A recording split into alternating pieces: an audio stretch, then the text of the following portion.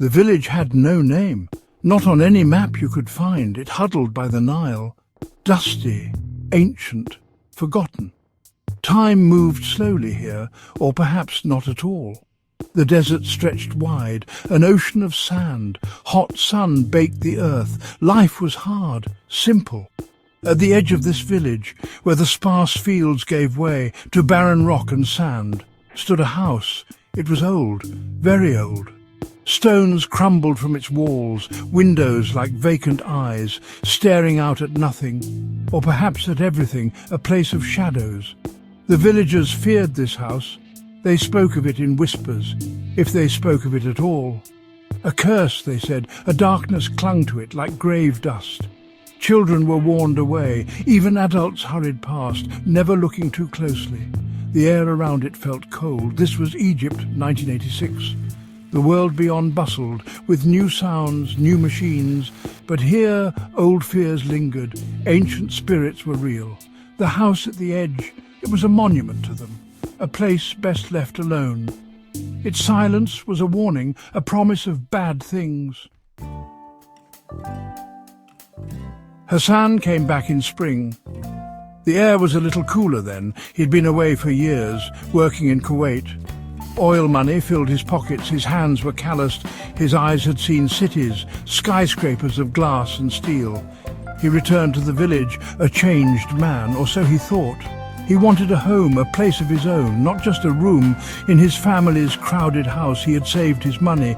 He had dreams, a wife, perhaps, children, a life of comfort. He was tired of wandering. He wanted roots. He saw the old house, the one at the village edge.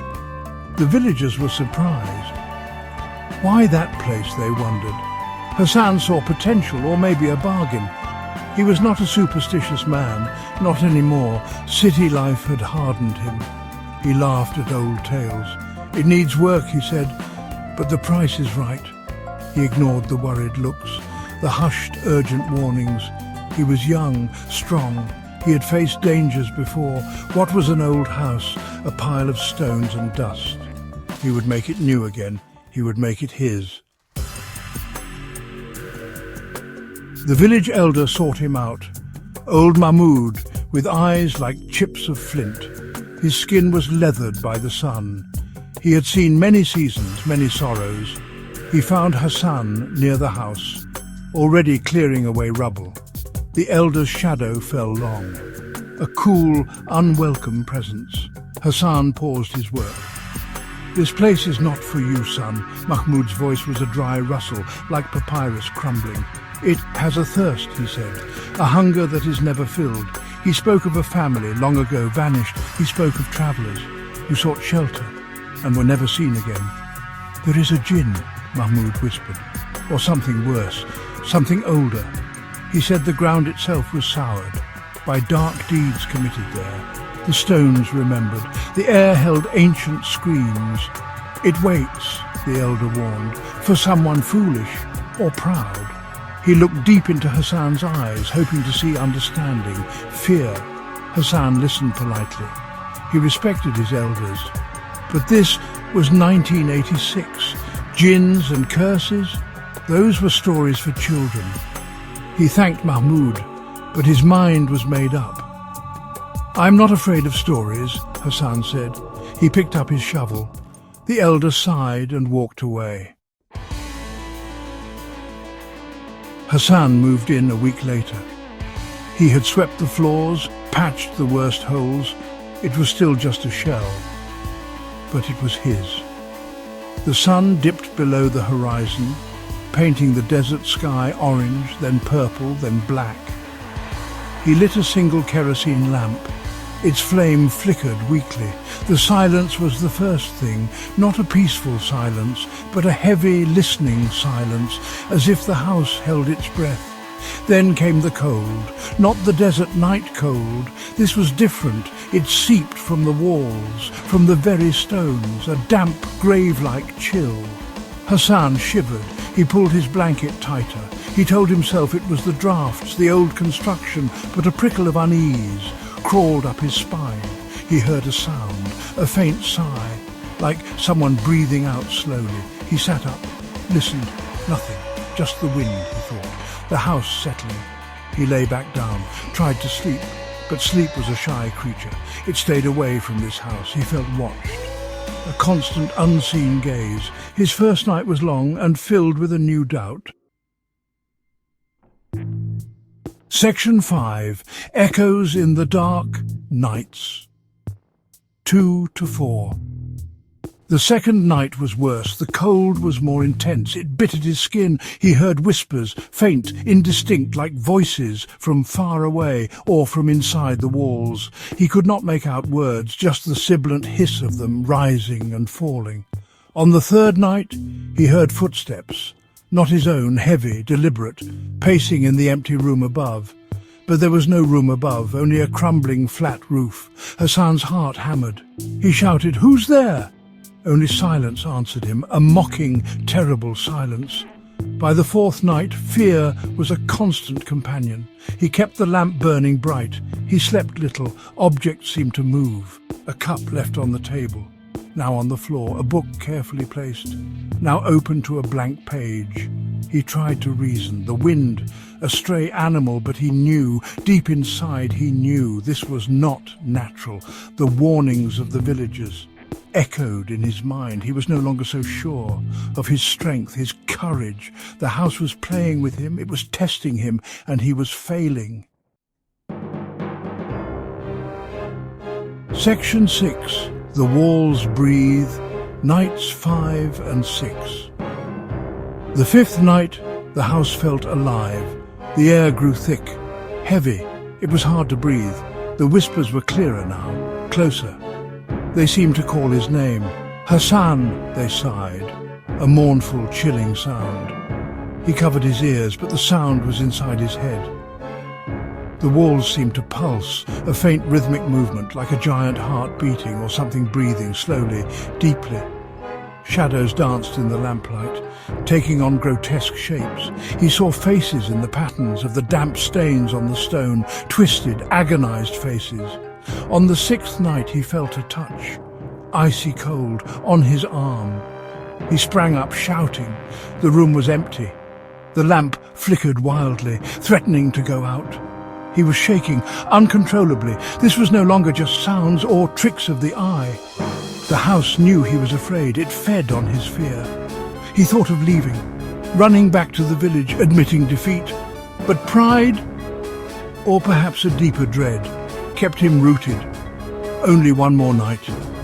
The seventh night, he had to see it through. Section 7. The seventh night, silence and shadow. The seventh night arrived, darker than all the others. The moon hid its face, stars seemed distant, cold. Hassan sat on his simple cot, the lamp burned beside him. He did not expect to sleep, he only waited. The earlier whispers were gone, the footsteps had ceased. An unnatural stillness fell, more terrifying than any sound. The house was holding its breath, or perhaps it had exhaled and was now empty. Hassan felt a strange calm, the calm of utter despair. He knew something was coming, the culmination of the dread, the final act.